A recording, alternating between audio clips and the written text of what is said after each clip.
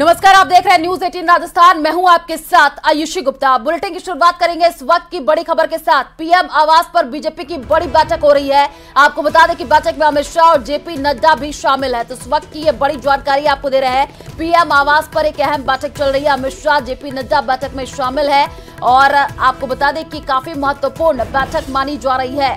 तो इस वक्त की सबसे बड़ी जानकारी आपको दे रहे हैं। आपको बता दें कि दिल्ली में पीएम आवास पर बैठक, आने वाले दिनों में लोकसभा का चुनाव और उससे पहले देखिए बीजेपी तैयारियों में जुटी हुई है। अमित शाह, जेपी नड्डा भी इस बैठक में शामिल और चिंतन मंथन किया जा रहा है कि कैसे आने वाले दिनों में चुनाव को लेकर के रणनीति बनाई जाए। तो दिल्ली से ये बड़ी जानकारी आपको दे रहे हैं, जहां पर अमित शाह और जेपी नड्डा भी इस बैठक में शामिल है।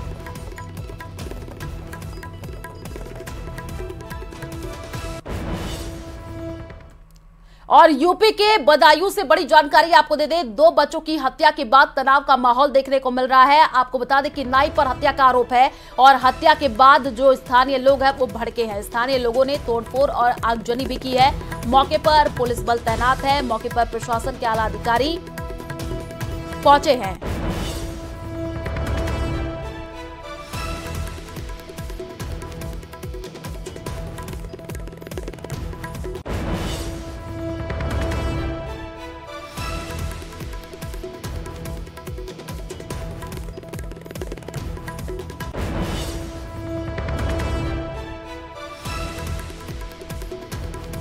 तो यूपी के बदायूं से ये बड़ी जानकारी आपको दे रहे हैं और ये तस्वीरें भी टीवी स्क्रीन पर है, जिसमें अब लोगों में आक्रोश देखने को मिल रहा है। स्थानीय लोगों ने तोड़फोड़ की है और आगजनी भी की है। मौके पर पुलिस बल तैनात है और प्रशासन के आला अधिकारी भी पहुंचे हैं। 2 तस्वीरें टीवी स्क्रीन पर है। हत्या के बाद कैसे स्थानीय लोग भड़के हैं उसकी तस्वीरें टीवी स्क्रीन पर है। तो 2 बच्चों की हत्या के बाद से तनाव का माहौल है और नाई पर हत्या का आरोप लगा है। हत्या के बाद स्थानीय लोगों में जम करके आक्रोश देखने को मिल रहा है। तोड़फोड़ की गई है और 2 तस्वीरें टीवी स्क्रीन पर है, जिसमें आप देख पा रहे हैं कि कैसे आगजनी और तोड़फोड़ स्थानीय लोगों के द्वारा की गई है। मौके पर भारी पुलिस बल तैनात है और प्रशासन के आला अधिकारी भी पहुंचे हैं। क्या स्थिति है? ये बाबा कॉलोनी है, मंडी समिति पुलिस चौकी के पास में। आसानी सूचना मिली थी घाट की एक युवक के द्वारा 2 बच्चों की उनके घर में घुस के और काट के हत्या कर दी गई। सूचना मिलने पर इलाका पुलिस मौके पर पहुंची। इस समय एसएसपी साहब के साथ हम लोग घटनास्थल पर हैं। दोनों बच्चों की डेड बॉडी को यहाँ से हटा दिया गया है, पोस्टमार्टम के लिए भेजा गया है और स्थिति पूरी तरह से नियंत्रण में है। लोगों से बात की गई है, घटना पूरा किया गया है, पूरी तरह स्थिति नियंत्रण में है और इसमें जो भी विधिक कार्रवाई है आगे भी हम लोग करेंगे। और बात कोटा से किडनैप छात्रा मामले की है। आपको बता दें कि अगवा छात्रा काव्य का 24 घंटे बाद भी कोई सुराग नहीं लगा है। कोटा पुलिस की 3 टीम इंदौर, जयपुर और दिल्ली के लिए भेजी गई है। वहीं कोटा पहुंचे लड़की के पिता ने बयान दिया कि लड़की कोटा में रह करके मेडिकल की तैयारी कर रही थी। कोटा के कोचिंग संस्थान फिजिक्स वाला में छात्रा का एडमिशन करवाया गया था और हॉस्टल में रह रही थी। हालांकि इस मामले में कोटा पुलिस की ओर से चौंकाने वाले खुलासे किए गए हैं। कोटा शहर की एसपी अमृता दुहा ने कहा कि छात्रा कोटा के किसी भी कोचिंग संस्थान की नहीं है और ना ही किसी हॉस्टल में रह रही थी। पुलिस के इस खुलासे के बाद पूरे घटनाक्रम की दिशा ही अब बदल गई है।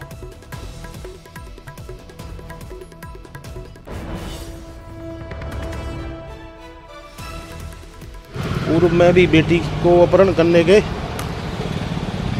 हमें धमकियाँ आती रही थी और उन धमकियों के चलते इंदौर में थी उस समय बेटी। तो हमने इंदौर पुलिस को कार्रवाई के लिए बोला तो उन्होंने मारपीट करके उनको छोड़ दिया था और अभी इंदौर साइड के लड़के और इधर के लोगों ने इसका अंजाम दिया इस घटना को। बेटी को मारपीट भी बहुत की है, उसके मुंह से ब्लड आ रहा है और बांध के रखा है। मुझे मैसेज आया 30 लाख फरौती मांगी है। जगह पर हमने टीम्स भेजी हुई, दूसरे जो बल्कि जो दूसरे राज्य की जो पुलिस है उनसे भी समन्वय बनाया जा रहा है। विभिन्न इसके जो कहाँ जा सकती है उस पर अनुसंधान किया जा रहा है। तो अभी तक तो यही सामने आया है कि ये कोटा में कहीं किसी कोचिंग की छात्रा नहीं थी, ना ही ये कोटा पे कहीं किसी पीजी या हॉस्टल में रह रही। और कोटा से अगवा शिवपुरी की छात्रा को लेकर केंद्रीय मंत्री ज्योतिरादित्य सिंधिया ने सीएम अजयलाल शर्मा से बातचीत की है और जल्द से जल्द छात्रा को वापस लाने की अपील की है। उन्होंने कहा कि बेटी को वापस लाना अब मेरी जिम्मेदारी है, वह आपकी बेटी नहीं मेरी भी बेटी है। तो बातचीत करते हुए की ये तस्वीर भी हम आपको टीवी स्क्रीन पर दिखा रहे हैं। सीएम भजनलाल शर्मा से बातचीत करते हुए और छात्रा की जल्द बरामदगी की अपील की गई है। कैसे हो आप? मुझे बहुत दुख हुआ है, मेरे पास शब्द नहीं है अभी कहने के लिए। मैं समझ रहा हूं आपके ऊपर क्या बीत रहा है, पर आप बिल्कुल चिंता मत करो, अपनी पत्नी का देखभाल करो। और ये मेरी जिम्मेदारी है। मैंने अभी मुख्यमंत्री राजस्थान से मैंने अभी बात की है और मैंने कहा है कि हम लोगों को तहकीकात करके जल्द से जल्द हमारी बच्ची को वापस लाना है। और पूरी वहां राजस्थान की पुलिस को भी उन्होंने निर्देशित कर दिया है। मेरी जिम्मेदारी है, मैं पीछे पड़ रहा हूं, आप बिल्कुल चिंता मत करो। बेटी आपकी केवल नहीं है, बेटी मेरी भी है। और अब बात डबल मर्डर से सनसनी की। झुंझुनू के धनूरी थाना इलाके के आनंदपुरा में एक बुजुर्ग दंपत्ति की चाकुओं से गोद करके हत्या कर दी गई और इस डबल मर्डर से इलाके में सनसनी फैल गई है। पुलिस ने संदिग्ध 2 आरोपियों में से एक को डिटेन कर लिया है, जिससे पूछताछ की जा रही है। आपको बता दें कि एसपी राष्ट्रीय राज वर्मा खुद मौके पर पहुंचे और मामले के लिए एक स्पेशल टीम का गठन किया गया है। और 70 वर्षीय रावत राम और उसकी पत्नी 68 वर्षीय घोटी देवी अपने बेटों के साथ जयपुर रहते थे। 2 दिन पहले यानी कि रविवार को वो अपना मकान और खेत संभालने के लिए आनंदपुरा गांव आए थे और आज दोपहर को उनके पड़ोसी परमेंद्र और प्रवीण ने घर में घुसकर चाकुओं से हमला कर दोनों की हत्या कर दी। इधर मृतक के बेटे ओम प्रकाश ने बताया कि पड़ोसी महावीर के परिवार के लोग रास्ते को लेकर के उन पर दबाव बनाए हुए थे और इसको लेकर के उनके बुजुर्ग माँ बाप की निर्मम हत्या कर दी। आई कि धनूरी थाना क्षेत्र में आनंदपुरी गांव है, वहां पर एक बुजुर्ग दंपत्ति की लाश पड़ी हुई है। मौके पर तुरंत पुलिस पहुंची, वहां पर संबंधित एसएचओ, सीओ, एडिशनल एसपी और मैं खुद भी मौके पर गया। ये जो 2 मृतक हैं इनकी पहचान की गई। एक जो वृद्ध पुरुष हैं उनका नाम रोवत राम करके हैं, 70 वर्ष के हैं और इनकी वाइफ हैं घोटा देवी करके 68 वर्ष की इनकी उम्र थी। तो जो वहाँ पर कुछ चश्मदीद गवाह थे, उन्होंने जो उनके पड़ोसी हैं परमिंदर और परवीन, उनके द्वारा इनकी हत्या करके फिर वहाँ से भागते हुए देखा गया था उनको। और जयपुर से बड़ी जानकारी आपको दे दें, सीएम भजनलाल की कल मैराथन बैठक और कल सुबह करीब 10 बजे झुंझुनू पहुंचेंगे। झुंझुनू अलवर सीकर लोकसभा के क्लस्टर की बैठक लेंगे। सीएम भजनलाल शर्मा फिर दोपहर 2 बजे चूरू पहुंचेंगे, बीजेपी की क्लस्टर और कोर कमेटी की मीटिंग लेंगे। सीएम भजनलाल शर्मा शाम को अजमेर जाएंगे। तो क्या क्या कार्यक्रम सीएम भजनलाल शर्मा के हैं वो हम आपको बता रहे हैं। अजमेर, नागौर और राजसमंद को लेकर के मीटिंग सीएम भजनलाल शर्मा लेंगे। तो आने वाले दिनों में लोकसभा का चुनाव और उससे पहले लगातार देखिए बीजेपी पूरी तरीके से तैयारी में जुटी हुई है और सीएम भजनलाल शर्मा भी कल मीटिंग लेने वाले हैं, जिसमें बातचीत की जाएगी। और कल सुबह करीब 10 बजे झुंझुनू पहुंचने का कार्यक्रम सीएम भजनलाल शर्मा का बताया जा रहा है और कल मैराथन बैठकें लेते हुए नजर आएंगे। झुंझुनू, अलवर, सीकर लोकसभा के क्लस्टर की बैठक सीएम भजनलाल शर्मा लेंगे। और बुधवार को सीएम भजनलाल शर्मा और बीजेपी प्रदेश अध्यक्ष सीपी जोशी झुंझुनू के दौरे पर रहेंगे। यहां वो अलवर, झुंझुनू और सीकर लोकसभा चुनावों के लिए गठित क्लस्टर की मीटिंग लेंगे और इसके बाद तीनों लोकसभा क्षेत्रों की कोर कमेटी की भी संयुक्त बैठक लेंगे।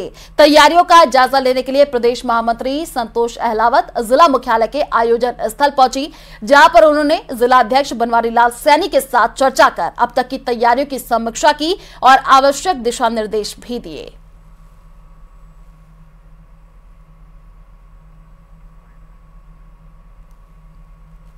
देखिए, क्लस्टर बैठक है। लोकसभा में 3 जिले क्लस्टर में है, वो उसकी बैठक लेने के लिए पधार रहे हैं। एक लोकसभा कार्यालय का यहाँ उद्घाटन भी होगा कल के दिन ही और करीब 1-1.5 घंटे की कार्यकर्ताओं के साथ रणनीति पे चर्चा और कार्यकर्ताओं को उत्साहित और मोटिवेट करने का कार्य यहाँ हमारे मुख्यमंत्री जी और आदरणीय सीपी जोशी जी प्रदेश अध्यक्ष हमारे पधारेंगे। यहाँ बाकी नेता भी उनके साथ आने वाले हैं।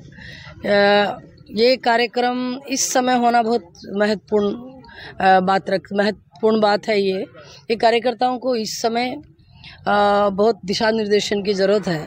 कार्यकर्ताओं में बहुत उत्साह की ज़रूरत है और क्योंकि चुनाव की रणभेरी बज चुकी है, ऐसे में 25 की 25 सीट भाजपा की झोली में जाएं। और कांग्रेस के लिए स्टार नहीं आएगी। दिल्ली में राजस्थान को लेकर के सीसी की बैठक स्थगित हो गई। अब कल राजस्थान को लेकर के सीसी बैठक होगी और इसके चलते आज राजस्थान के कैंडिडेट के नाम पर फैसला नहीं हो सका है। तो इस वक्त की बड़ी जानकारी आपको दे रहे हैं। अब कल राजस्थान को लेकर के सीसी की बैठक होगी, काफी महत्वपूर्ण ये बैठक, और इसमें अब कैंडिडेट के नाम पर फैसला होगा और आज फैसला नहीं हो सका है। इस वजह से राजस्थान को लेकर के सीसी बैठक अब कल होनी है। दिल्ली में राजस्थान को लेकर के सीसी की जो बैठक आज होनी थी वो स्थगित हो गई। अब कल राजस्थान को लेकर के बैठक होगी और राजस्थान के कैंडिडेट के नाम पर फैसला जो आज नहीं हो सका है, अब कल से चिंतन मंथन मंत्रणा और कल फिर से एक बार चर्चा कैंडिडेट के नामों पर होगी। अभी आज पोस्टपोन्ड होगी, कब होगी सर? अब ये तो वो बताएंगे तब। नहीं, अभी आज पोस्टपोन्ड होगी, कब होगी सर? अब ये तो वो बताएंगे तब। नहीं, अभी आज पोस्टपोन्ड होगी, कब होगी सर? अब ये तो वो बताएंगे तब। और राजस्थान में नेता प्रतिपक्ष टीकाराम जूली ने कहा कि आज सुबह से कांग्रेस में बैठकों का दौर जारी था। एक राज्य की बैठक में ज्यादा समय लगने की वजह से अन्य राज्यों की बैठक आज स्थगित हुई है। जल्द ही राजस्थान को लेकर के केंद्रीय चुनाव समिति की बैठक होगी और राजस्थान में इस बार बीजेपी से ज्यादा सीटें कांग्रेस जीतेगी और इतिहास बदलेगा। सुनिए क्या कुछ कहा। नेता प्रतिपक्ष टीकाराम जूली जी हमारे साथ बातचीत करने मौजूद हैं। जूली जी, राजस्थान पर डिस्कशन आज नहीं हो पाया है, क्या कारण रहा? देखिए, जो पहले जो मीटिंग है जो चल रही थी उसमें काफी मैं समझता हूँ टाइम लग गया और जिसकी वजह से डिस्कशन नहीं हो पाया। और राजस्थान ही नहीं, अभी तो मध्य प्रदेश और गुजरात भी हमारे साथ था, तीनों स्टेट रह गए हैं, तो जल्दी उसकी नई तारीख आएगी। कल कर रही है सीसी वापस एक बार फिर से? ये तो अध्यक्ष जी को निर्णय लेना है कब करते हैं। किस प्रकार की तैयारी है, क्योंकि 15 सीटें अभी तक बच गई है जहां पर कांग्रेस पार्टी ने टिकटों का ऐलान नहीं किया है, किस प्रकार की तैयारी और किस मापदंड को सामने रखते हुए टिकट वितरण करेंगे राजस्थान? देखिए, जो कांग्रेस का संकल्प पत्र है उसको ध्यान में रखते हुए और कार्यकर्ताओं की राय और जीतने वाला कैंडिडेट, इन सब चीजों को ध्यान में रखते हुए प्रत्याशी का चयन चल रहा है और मैं समझता हूँ सभी जगह तैयारी पूरी है और तो सीसी में मोहर लगनी बाकी है। बातचीत के लिए शुक्रिया। तो राजस्थान में नेता प्रतिपक्ष टीकाराम जूली न्यूज 18 से बातचीत में कह रहे हैं कि आज किसी कारण से बैठक नहीं हो सकी है, लेकिन जल्द ही कांग्रेस पार्टी की सीसी की बैठक राजस्थान को लेकर होगी और इस बार राजस्थान में भारतीय जनता पार्टी से ज्यादा सीटें कांग्रेस पार्टी राजस्थान में जीतेगी। कैमरा पर्सन नरेश के साथ लखवीर सिंह शेखावत, न्यूज 18 दिल्ली। और लोकसभा चुनाव से पहले प्रदेश बीजेपी का कुनबा और बढ़ गया है। जोधपुर में क्लस्टर कार्यकर्ता बैठक में कांग्रेस के बड़े दिग्गज हनुमान सिंह और पप्पू रामजारा समेत 1 दर्जन से ज्यादा नेता बीजेपी में शामिल हो गए। देखिए रिपोर्ट।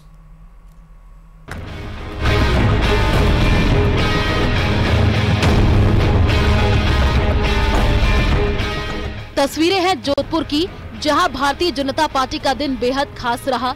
क्लस्टर कार्यकर्ता बैठक में एक तरफ 25 की 25 सीटें जीतने पर रणनीति बनाई गई, वहीं कांग्रेस के कई दिग्गज पार्टी में शामिल हो गए, जिसमें पहला नाम है राजपूत समाज से जुड़े कांग्रेस नेता हनुमान सिंह, तो दूसरे नेता पप्पू रामजारा का, जो विश्नोई समाज से आते हैं।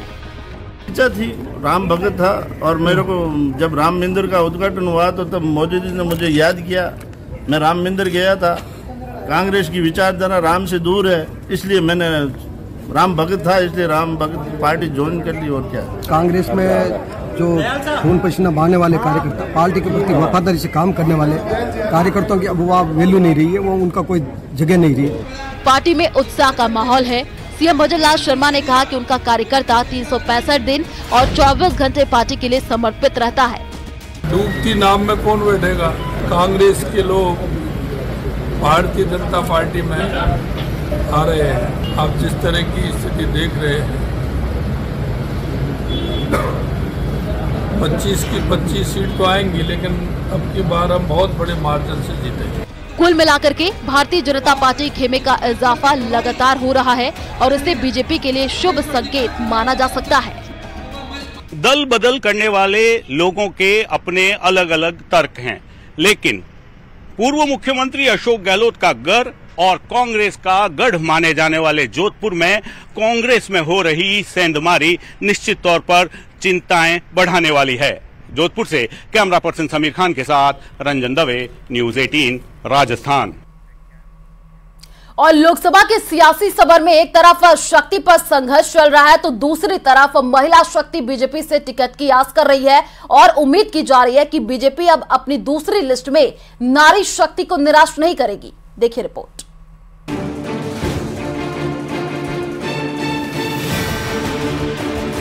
महिलाओं की सुरक्षा, सुविधा और सशक्तिकरण, ये मोदी की गारंटी है। राहुल गांधी के शक्ति पर दिए बयान के बाद पीएम मोदी ने साफ कर दिया है कि उनके लिए नारी शक्ति से बढ़कर कुछ नहीं है। उनकी रक्षा के लिए वो जान की बाजी लगा सकते हैं। ऐसे में महिला नेताओं की उम्मीदें बढ़ना लाजमी है। बीजेपी की पहली लिस्ट में जहां एक महिला उम्मीदवार को टिकट दिया गया, वहीं अब उम्मीद की जा रही है कि दूसरी लिस्ट में बीजेपी ज्यादा महिलाओं को मौका दे सकती है। महिलाओं को बहुत उचित प्रतिनिधित्व दिया जाना है, ऐसा माना जा रहा है और पार्टी भी बहुत प्राथमिकता दे रही है सभी महिलाओं को। तो मुझे लगता है कि इस बार की जो लिस्ट आनी है उसमें काफी सारे नाम महिलाओं के भी होंगे। ऐसे कयास लगाए जा रहे हैं कि बाकी 10 सीटों में से 4 पर महिला उम्मीदवारों को मौका दिया जा सकता है। जिन महिला उम्मीदवारों को टिकट का दावेदार माना जा रहा है उनमें झुंझुनू से जिला प्रमुख हर्षणी कुलहरी, पूर्व सांसद संतोष अहलावत, जयपुर ग्रामीण से राखी राठौर, टोंक सवाई माधोपुर से सुनीता बैंसला, दिल्ली प्रदेश के प्रभारी अलका गुर्जर, जयपुर ग्रेटर की महापौर सौम्य गुर्जर, दौसा सांसद जसकौर मीणा की बेटी अर्चना मीणा, पूर्व विधायक गोलमा देवी, जसकौर मीणा, करौली के प्रधान रही इंदु जाटव, शीला चंदन जाटव, सांसद मनोज राजौरिया की पत्नी सुनीता राजौरिया को भी टिकट दिया जा सकता है। अजमेर की जिला प्रमुख रही सरिता गैना को भी टिकट का दावेदार माना जा रहा है। अच्छी उम्मीदें पूरी महिला शक्ति कर रही है और हमने तो उम्मीद ही नहीं ये पूरा किया है। मोदी जी ने हमारे सपनों को साकार किया है। नारी शक्ति वंदन अधिनियम के माध्यम से 2029 तो हमारा अपना होगा ही होगा पूरी तरह से, लेकिन इस बार भी पूरी आशा है कि महिलाओं को आने वाली 10 टिकटों में से बहुत अच्छे नंबर पर टिकट मिलेगा। बीजेपी के इन महिला नेताओं को भरोसा है कि उन्हें दूसरी सूची में पर्याप्त टिकटें मिलेंगी और पीएम मोदी उन्हें निराश नहीं करेंगे। बीजेपी पर महिलाओं को टिकट देने का दबाव है और पार्टी भी आधी आबादी को निराश नहीं करना चाहती। इसलिए माना यही जा रहा है कि झुंझुनू, टोंक सवाई माधोपुर और दौसा में बीजेपी महिला उम्मीदवारों को मैदान में उतार सकती है। नारी शक्ति अधिनियम के पारित करने के बाद महिलाओं का बीजेपी की तरफ जिस तरह से झुकाव बढ़ा है, ऐसे में माना यही जा रहा है कि बीजेपी इस वोट बैंक को अपने साथ बनाए रखने के लिए किसी भी सूरत में उन्हें निराश नहीं करेगी। कैमरा पर्सन शेर सिंह के साथ बाबूलाल धायल, न्यूज़ 18। और राजधानी जयपुर में इस कदर बदमाश बेखौफ है कि आए दिन वारदात को अंजाम दिया जाता है। ताजा मामला तुंगा रोड पर भगत कॉलोनी में सामने आया है, जहां पता पूछने के बहाने धापा देवी नाम की महिला के साथ चैन स्नैचिंग की वारदात हुई है। बदमाशों ने धापा देवी के गले पर झपट्टा मारा। इस दौरान ये बहादुर महिला बदमाशों से भिड़ी महिला और दूर तक घिसटती हुई चली गई, जिसकी तस्वीरें टीवी स्क्रीन पर है।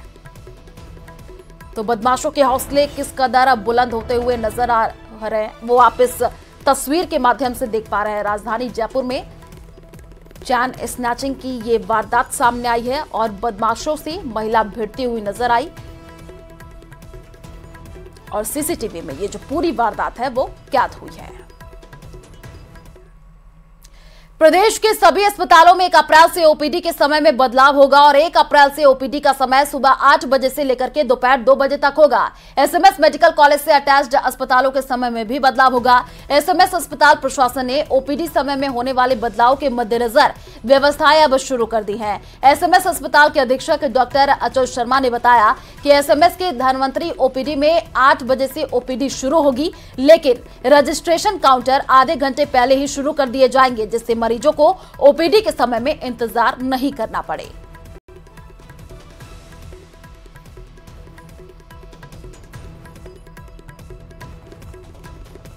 जो गर्मियों में हॉस्पिटल टाइम, ओपीडी का ही नहीं, हॉस्पिटल का पूरा टाइम, जिसके अंदर आईपीडी के अंदर भी ऑपरेशन थिएटर वगैरह जो टाइम होते हैं, उसका समय 9 बजे से 8 की जगह 8 बजे से हो जाता है और 8 से 2 बजे का होता है। तो 1 अप्रैल से हमेशा ऐसा होता है कि वो 8 बजे से हॉस्पिटल का जो टाइम चालू हो जाता है, तो वैसे ही रहेगा। और जैसा कि आपने कहा कि निसंदेह जो 8 बजे टाइम हुआ 1 घंटा पहले, तो रजिस्ट्रेशन काउंटर उससे पहले खुलेंगे, बल्कि पूरा ओपीडी 1 घंटे पहले इसलिए भी खुलता है कि पहले उसकी साफ सफाई भी करनी होती है। और पाली से बड़ी जानकारी आपको दे दें, ड्रग माफियाओं के खिलाफ कार्रवाई और करीब 1 करोड़ 50 लाख की एमडी बरामद। आपको बता दें कि 1 किलो 432 ग्राम एमडी बरामद की गई है। पुलिस ने एक आरोपी को भी गिरफ्तार किया है। तो नशे को लेकर के SP Chunaram Jat action mode में नजर आ रहे हैं। सदर थाना पुलिस ड्रग माफियाओं के खिलाफ कार्रवाई की है और एमडी के सौदागरों को लेकर के ये बड़ी कार्रवाई मानी जा रही है। आपको बता दें कि करीब 1 करोड़ 50 लाख की एमडी बरामद की गई है। और एक आरोपी को भी गिरफ्तार किया गया है। तो थाना प्रभारी अनिल बिश्नोई के नेतृत्व में ये कार्रवाई हुई है। पाली से ये बड़ी जानकारी, ड्रग माफियाओं के खिलाफ ये बड़ी कार्रवाई की गई है। पुलिस ने एक आरोपी को भी गिरफ्तार कर लिया है। और अजमेर में हुए ट्रेन हादसे के बाद एक बार फिर रेलवे के कवच तकनीकी की चर्चा तेज हो गई है। एनडब्ल्यूआर से जब इस बात पूछा गया कि कवच रेलों में कब लगेगा, तो एनडब्ल्यूआर प्रवक्ता ने बताया कि कवच का काम प्रक्रिया में है और कवच का रेडियो सर्वे जारी है। एनडब्ल्यूआर के तहत 1600 किलोमीटर का रूट तय किया गया है, जहां इस तकनीक का इस्तेमाल किया जाएगा। इसके अलावा 6 महत्वपूर्ण रूट है जहां सबसे ज्यादा रेलें गुजरती है, वहां इसे इंस्टॉल किया जाएगा। साथ ही आपको यह भी बता दें कि मंत्री अश्विन वैष्णव ने इस तकनीक के ट्रायल के वक्त खुद भी मौजूद थे, लेकिन 2 साल गुजरने के बाद भी ट्रेनों में अभी कवच पूरी तरीके से नहीं लगाया जा सका है। भारतीय रेलवे द्वारा संरक्षा को सुदृढ़ करने हेतु स्वदेशी निर्मित कवच प्रणाली विकसित की गई है। ये कवच प्रणाली जो है वो टक्कर रोधी है और एक ट्रैक पे 2 ट्रेन आने की किसी भी ऐसी स्थिति में स्वतः ब्रेक लगा करके ट्रेनों को एक निश्चित दूरी पे रोक लेगी। इस तकनीक का विकास भारतीय रेलवे द्वारा किया गया है और उत्तर पश्चिम रेलवे द्वारा भी लगभग 1600 किलोमीटर पर इसको विकसित करने का कार्य चल रहा है, जिसमें हमने अभी इसका सर्वे करा दिया है, रेडियो सर्वे, और टेंडर का भी कार्य चल रहा है। उत्तर पश्चिम रेलवे के 6 प्रमुख रूट उनको हमने प्राथमिक तौर से अभी चयन किया है, जिन पर यह प्रणाली विकसित की जाएगी और लगाई जाएगी। और जयपुर एयरपोर्ट पर समय शेड्यूल जारी कर दिया गया है। इस नए शेड्यूल में जहां कुछ घरेलू उड़ानें 31 मार्च से बंद होने जा रही है, वहीं कुछ नई घरेलू उड़ानें शुरू होने जा रही हैं। पहले से चल रही उड़ानों की फ्रीक्वेंसी बढ़ेगी और कुछ नए शहरों के लिए उड़ानों का शेड्यूल जारी किया गया है। अंतर्राष्ट्रीय उड़ानें भी जयपुर एयरपोर्ट से जुड़ने जा रही है और नया समर शेड्यूल सवालों से घिरा हुआ है। स्पाइस जेट की फ्लाइट जो अयोध्या के लिए उड़ान भर रही थी, वो लगभग बंद हो चुकी है और अयोध्या के लिए एयरलाइंस ने बुकिंग लेना बंद कर दिया। लेकिन एयरपोर्ट की तरफ से जारी नए शेड्यूल में स्पाइस जेट अभी भी अयोध्या के लिए सप्ताह में 3 बार उड़ान भर रहा है। नए शेड्यूल में इंडिगो ने अयोध्या के लिए सप्ताह में 4 दिन उड़ानों का संचालन मांगा है।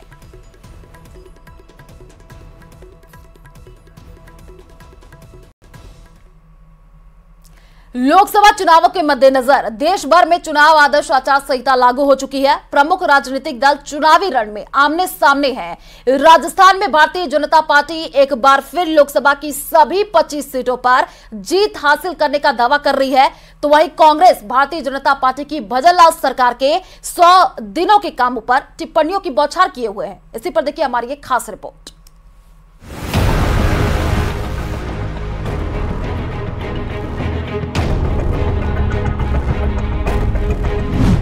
100 दिन के काम दिलाएंगे वो काम। सरकार के फैसले बदलेंगे फिर नतीजे। अब की बार 400 पार कैसे होगा बेड़ा पार। बीजेपी की रणनीति सभी सीट पर होगी जीत।